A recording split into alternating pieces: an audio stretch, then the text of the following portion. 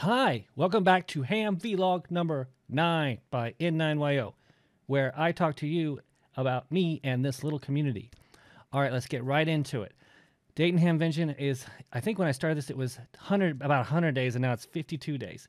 I've got everything planned out pretty much for what I'm going to be doing, and I've got my hotel and everything. But what I was going to tell you about it was there's not a whole lot of news here. First of all, let me tell you what's in this video. That way you can check out whenever you want to. Number one, I'm going to talk a little bit about Hamvention and the meetup. Number two, I'm going to give a review of my ham as my HyEndFed review. I used this in camping last weekend. I'm going to do a little book review, and I'm going to do a little bit of weather. I'm going to start talking about weather then. So if you're not interested in weather and Skywarn and all that stuff, you can check out then. That'll be the last thing I talk about. I'm also going to talk about a little bit about these guys, since I will be using them in the weather stuff. Okay, so let's get right to it. Dayton Hamvention. So the consensus is starting to gel around a meetup here at Devil Wind Brewing. So I know of at least 4 or 5 other YouTubers. One of them is really big. He's got 47,000 subscribers. If just 1% of those came to this event, it would be overwhelming. So I'm not so sure if just 100 people just come to this brewing place, it might overwhelm it. Anyway, we're looking at the Devil Wind Brewing Company here, and we're thinking about meeting up there. This is not official. Repeat, not official. We're not for sure yet. But when I do find out, we'll tell you where we're going to be. Saturday night, that's when I can go out. I'm doing the homebrew thing Friday night when I get into town. Okay, that's it for Hamvention. Let's jump right into, last 2 weeks ago, I did a camping video, and it's doing very well. Lots of people watching it. I got tons and tons and tons of great feedback. Only one nasty feedback, and I blocked that guy. He was a jerk. Anyway, you know who you are. I bet he's watching too now. He's like, thumbs down, thumbs down, thumbs down. Anyway, I went camping, and guess what? I finally used my HyEndFed, and I totally forgot to give this a review last week. Everyone was asking me about it. All right, first of all, this is the HyEndFed multi-band 40, 20, 10 meters, 100 watt max. Perfect for what I do. All right, I took it out, and the first problem I had with it was this wire is not very ropey. It's very kind of stiff, so it's hard to wind. So I recommend a wire winder like this. I forgot, I got this from the Soda Beams or something. I don't know where I got it. I thought it was like Soda Beams, but you need a way to wind this up. All right, and it does have a little loading coil, which wasn't a problem.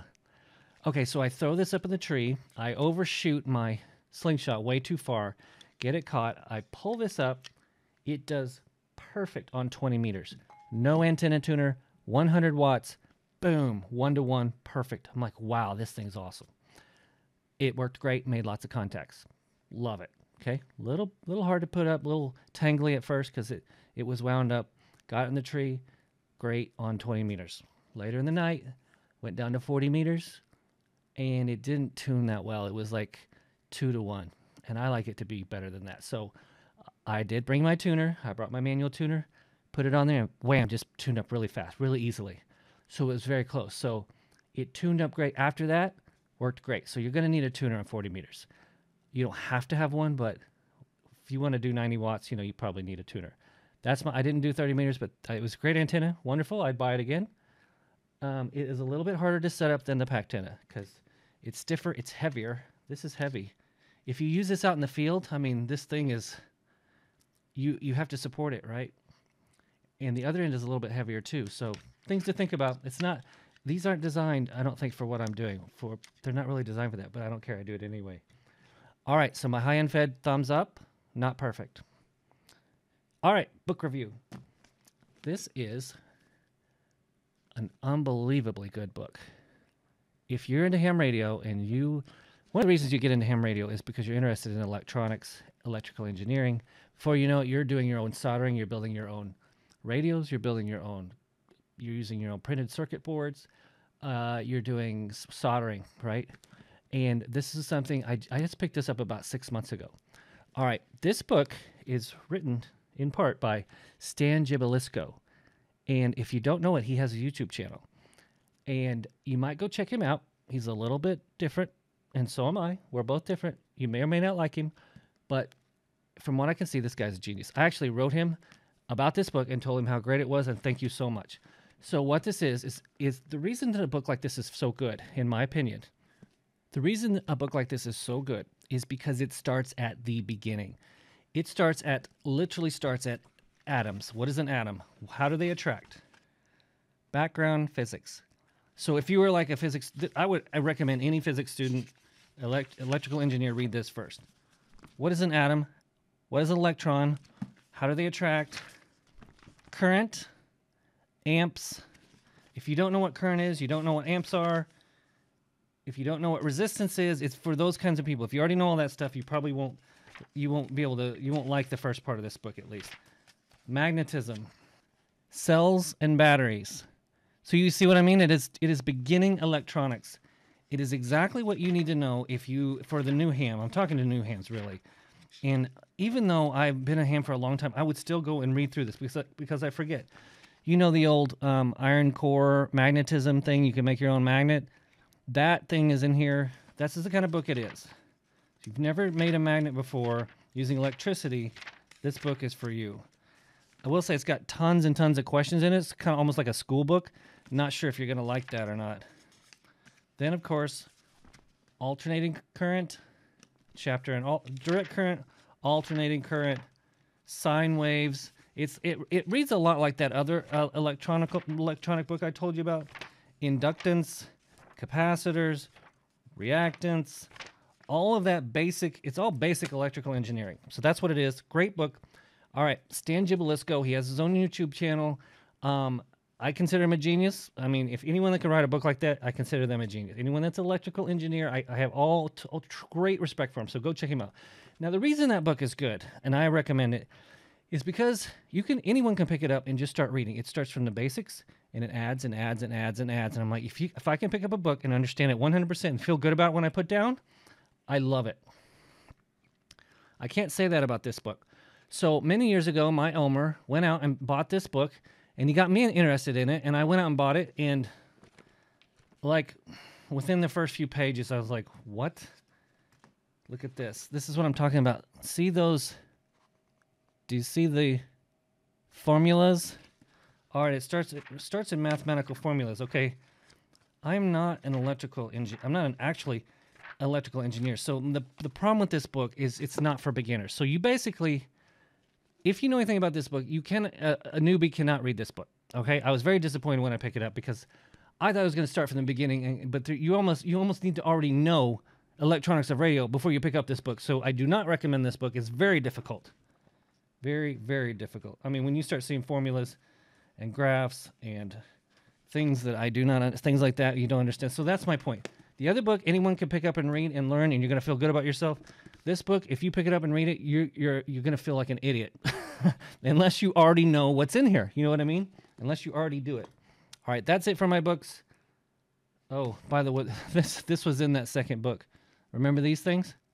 I was telling Ron C. the other day, I used to be a computer lab assistant. I worked in the computer lab in the college, and people would bring me this metal piece on their disc would be gone, and it would be all roughed up, and they would run in and say, oh my God, I have an hour till class. Can you please get my paper? I can't get my paper on here. I spent hours and hours, and my class is in an hour. I just need to print it off.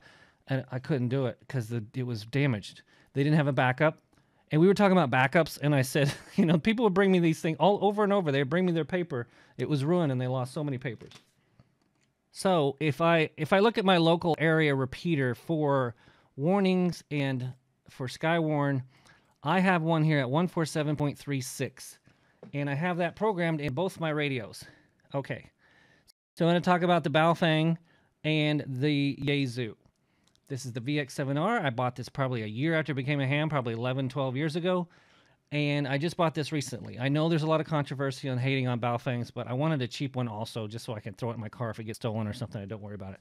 I've lost this dang thing 50 times because it's black, it's little. I've left it at relative's house. I've dropped it. I've lost it in the car. I've lost this thing over and over because it's freaking black and it's easy to lose, but I somehow find it every time.